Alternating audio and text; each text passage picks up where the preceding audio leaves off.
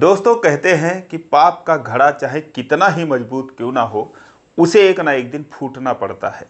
आज की कहानी कुछ ऐसी ही है कि जब महाराष्ट्र में 3 लोग गन्ने की बुआई कर रहे थे, जिसमें 2 पुरुष और 1 महिला होती है।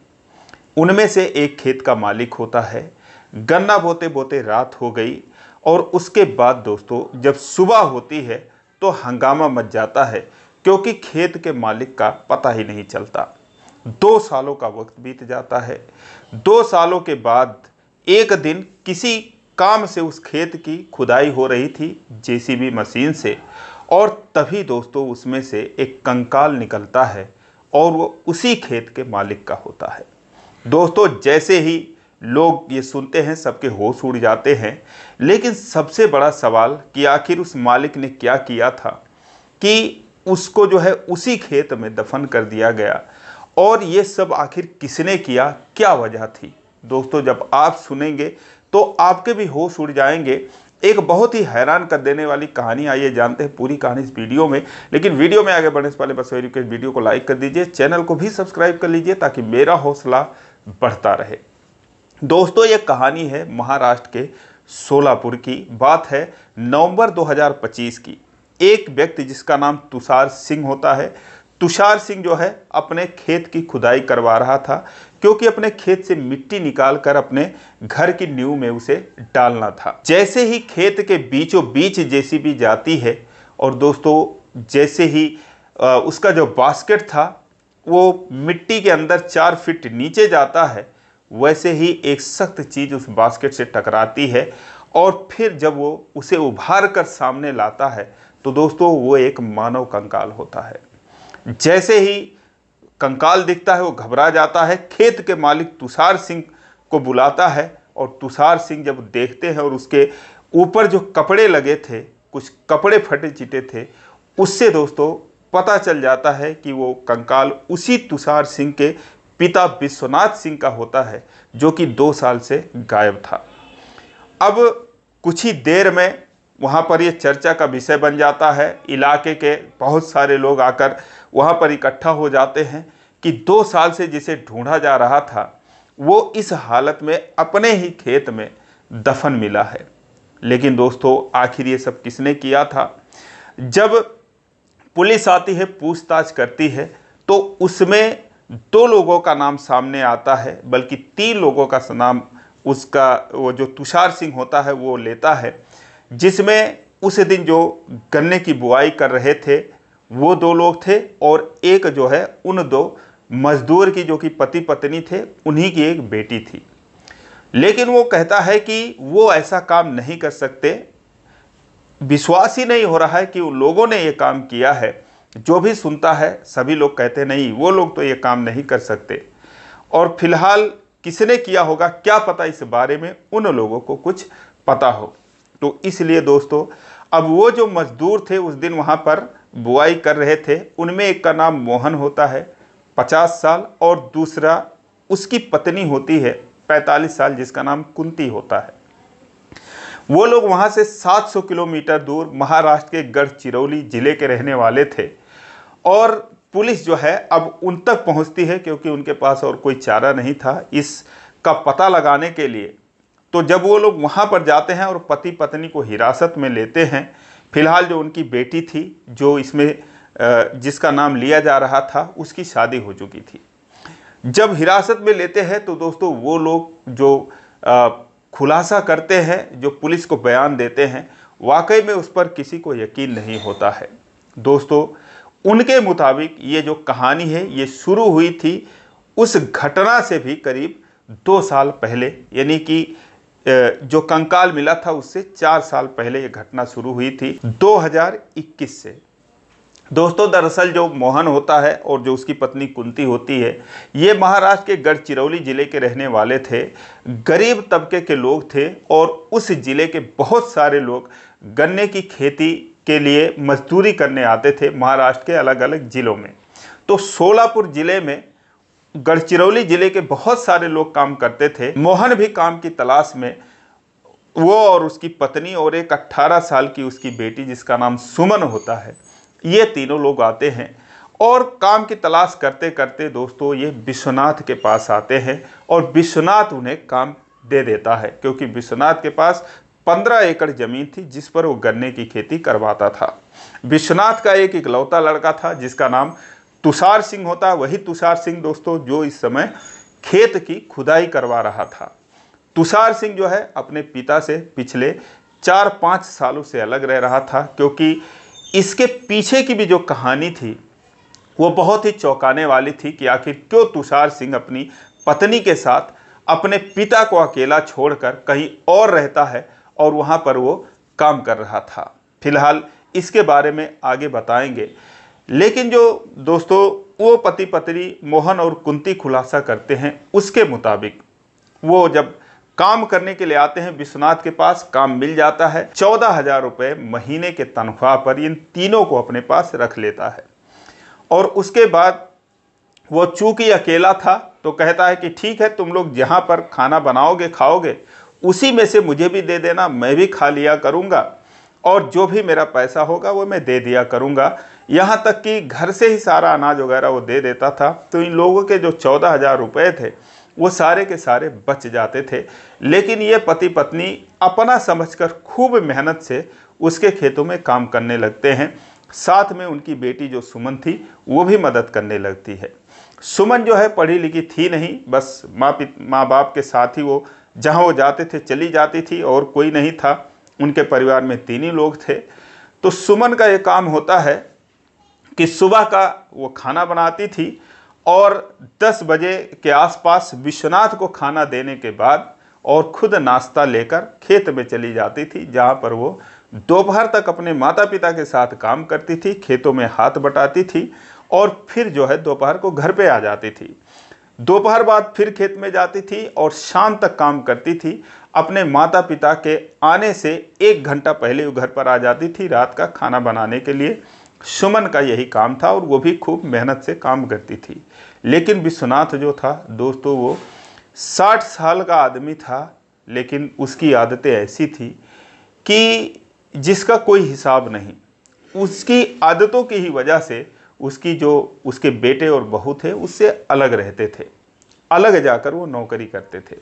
क्योंकि जो विश्वनाथ होता है वो अपनी बहू यानी कि तुषार की पत्नी जिसका नाम सुरेखा होता है उस पर वो जो है गलत निगाह रखता था और आए दिन जब तुषार घर से बाहर रहता था तो वो उसको छेड़ता रहता था, उससे गलत काम करने की कोशिश करता था। ये बात जो है सुरेखा अपने पति तुषार से कहती है। अब तुषार अपने पिता से कुछ कह नहीं सकता था। और फिर जो है उसकी पत्नी जो सुरेखा थी वो अपने मायके जाकर रहने लगी। रिश्ता जो है टूटने के कगार पर आ गया।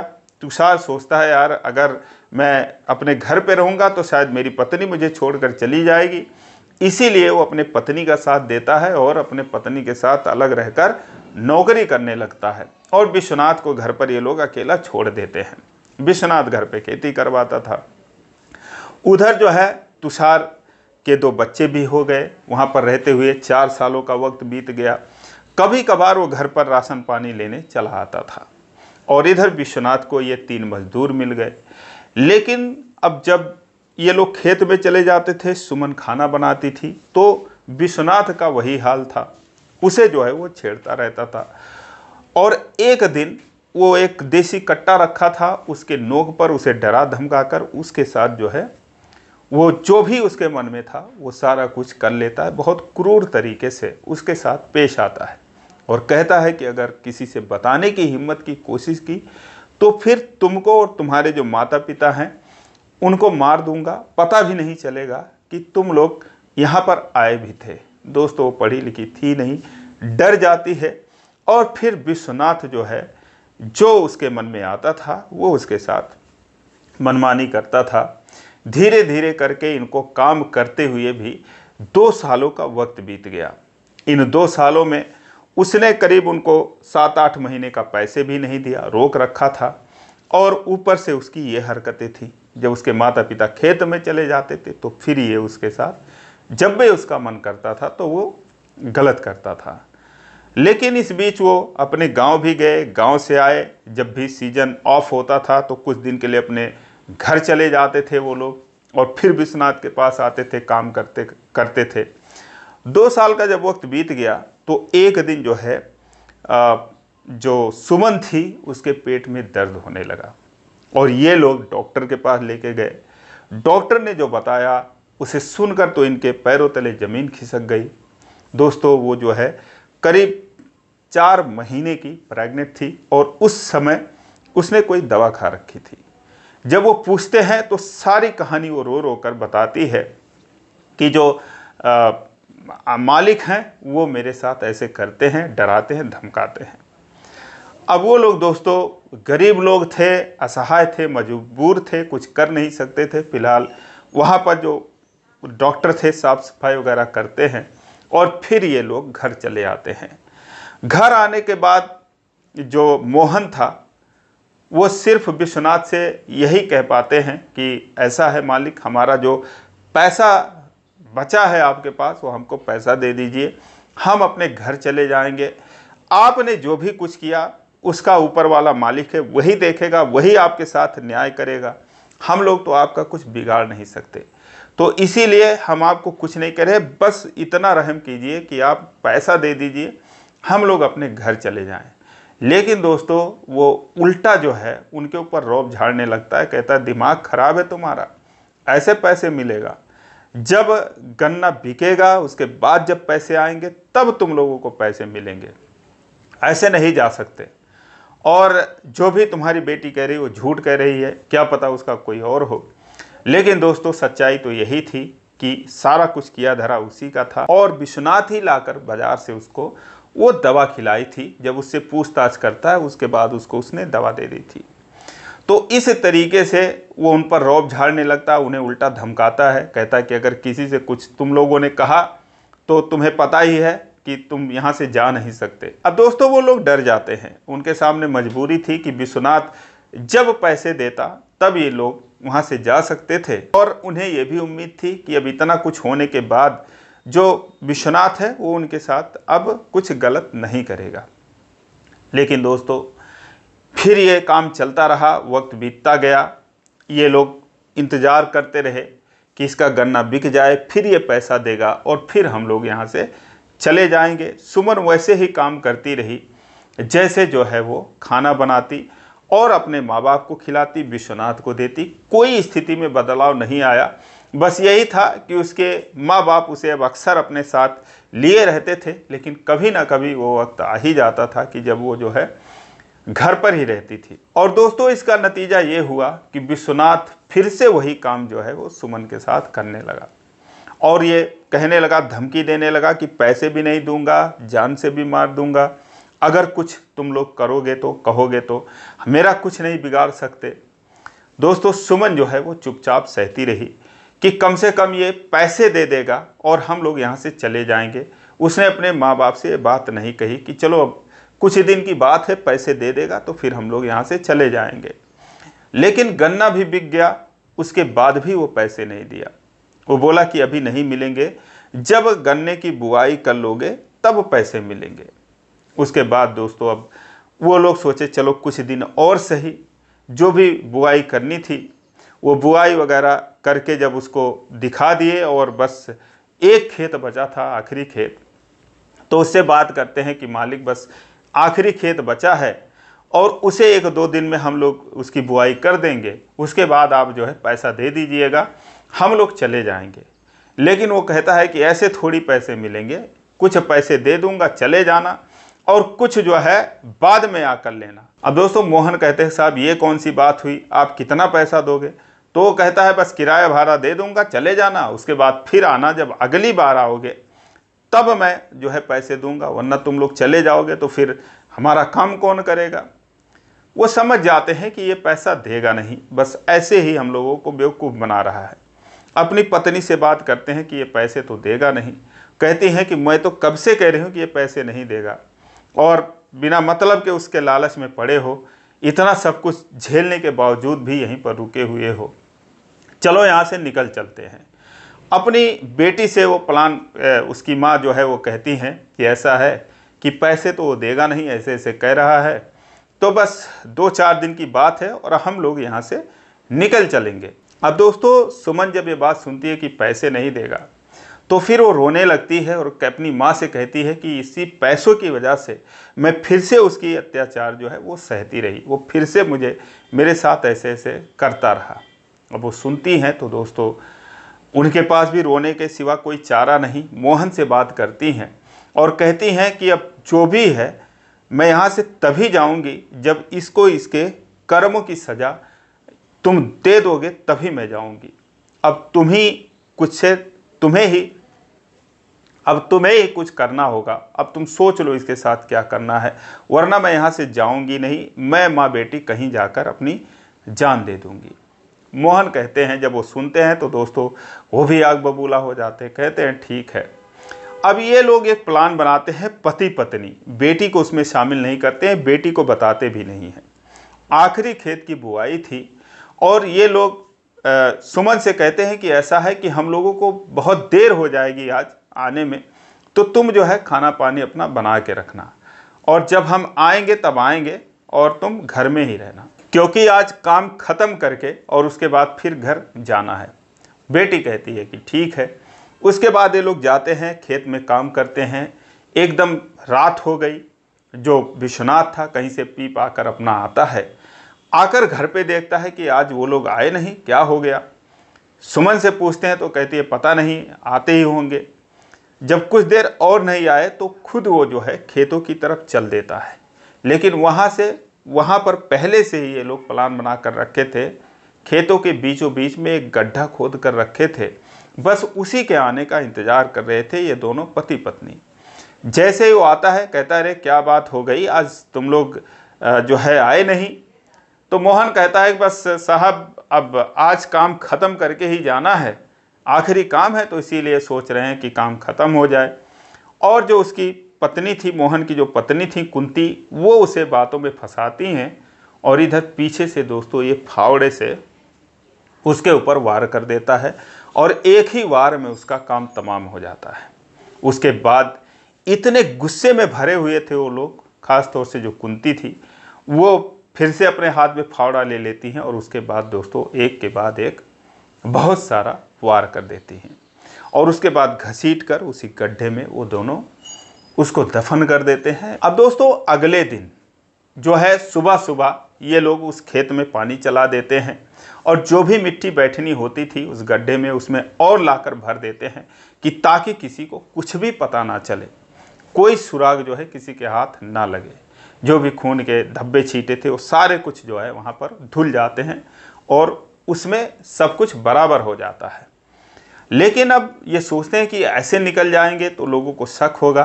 फिलहाल वो लोगों से कहते हैं कि जो मालिक है वो तो रात को आए नहीं। अब गांव वाले परेशान हो जाते, कहते हैं ऐसा तो कभी हुआ नहीं कि वो घर छोड़ के कहीं गया हो और गायब हो गया हो, आया ना हो, रहता तो घर पे ही है। फिलहाल जब वो शाम तक नहीं आया तो उसके जो बेटा था तुषार, जो कि अपने पत्नी के साथ अलग रह रहा था, उसे फ़ोन लगाकर बुलाया जाता है। तुषार आता है। दोस्तों तुषार सिंह जो है वो कहता है कि क्या हुआ था, कैसे हुआ था। तो ये लोग कहते हैं कि वो जो है बाज़ार से आए थे और उसके बाद घर पर आए और फिर उसके बाद घर से निकले तो उनका पता नहीं चला। सुमन भी कहती है कि हाँ ये घर पे आए थे और उसके बाद फिर यहाँ से निकले तो फिर पता नहीं कहाँ गए। और ये लोग बोले हम तो खेत में काम कर रहे थे, वहाँ भी नहीं आए। लेकिन बस एक काम था कि बस यही आखिरी काम था, हम लोग बस घर जाने वाले थे, तो भैया अगर पैसे आप दे देते तो हम चले जाते। तो वो कहता है कि कितने पैसे हैं। अब ये लोग सोचते हैं सारा पैसा बताऊंगा तो कहीं ना कहीं पुलिस ये बाद में कंप्लेन करेंगे तो पुलिस सोचेगी कि पैसों की वजह से हमने ही कुछ किया है। तो इन्होंने कहा कि पैसे तो उन्होंने दे दिया था, बस जो है कुछ पैसे बाकी थे 10,000 रुपये, तो अगर वो आप दे देते तो हम किराया भाड़ा लेकर चले जाते। तुषार सिंह उनको 10,000 रुपये देकर छुट्टी दे देता है, कहता है कि ठीक है जाओ और उसके बाद फिर जो है तुम लोग काम पर आ जाना। वो कहीं भी होंगे 2-4 दिन में आ जाएंगे। लेकिन अब दोस्तों उसे क्या पता कि कभी नहीं आने वाला है। फिलहाल जब कुछ दिन वो नहीं आया तो फिर वो अपनी पत्नी के साथ आकर घर पर ही रहने लगा। खोजबीन जारी रखा, कुछ पोस्टर छपवा दिए, पता नहीं चला। लेकिन जब 2 साल बाद वो अपना घर बनवा रहा था तुषार सिंह, और उसमें मिट्टी की ज़रूरत पड़ी नींव में पाटने के लिए, तो उसी खेत से उसने सोचा कि चलो मिट्टी निकलवा लेते हैं। और चूँकि वो ऊंचाई पर खेत था थोड़ा सा, तो जब वो मिट्टी निकलवा रहा था और जैसे ही बीच खेत में दोस्तों जेसीबी जाता है तो वहाँ पर जो है उसका कंकाल निकलता है। उसकी फॉरेंसिक जांच होती है तो बस पता चल जाता है कि हाँ, ऐसे ऐसे चोटों की वजह से इसकी मौत हुई है। और फिर दोस्तों जब ये खुलासा होता है तो लोगों के होश उड़ जाते हैं। फिलहाल इन लोगों को हिरासत में पुलिस लेती है, गिरफ्तार करती है और मोहन और उनकी पत्नी कुंती को के ऊपर जो है मुकदमा चलता है और 7 सालों की इन दोनों को सज़ा होती है। फिलहाल उसमें बेटी की कोई भूमिका नहीं थी, सुमन की। उसकी जो है ये लोग शादी भी कर चुके थे 2 सालों के अंदर, वो अपने घर पे चली गई थी और ये पति पत्नी जेल में चले जाते हैं। अभी फ़िलहाल वो सज़ा ही काट रहे हैं। हालांकि सबको पता है इन्होंने ऐसा किस लिए किया, किस मजबूरी में किया, लेकिन फ़िलहाल कानून के मुताबिक इन्हें सज़ा मिलनी ही थी, तो ये 7 साल की सज़ा काट रहे हैं। फिलहाल दोस्तों ये रही कहानी। आपकी इस पर क्या राय है? क्या उन्होंने जो किया वो ठीक किया या गलत किया? क्या उन्हें इतनी सज़ा मिलनी चाहिए थी? आप कमेंट में ज़रूर बताएं और इसी प्रकार की कहानियों के लिए इस चैनल को सब्सक्राइब करें। वीडियो को लाइक नहीं किया अभी तक तो लाइक कर दीजिए। फिर मिलेंगे अगले वीडियो में, तब तक के लिए जय हिंद।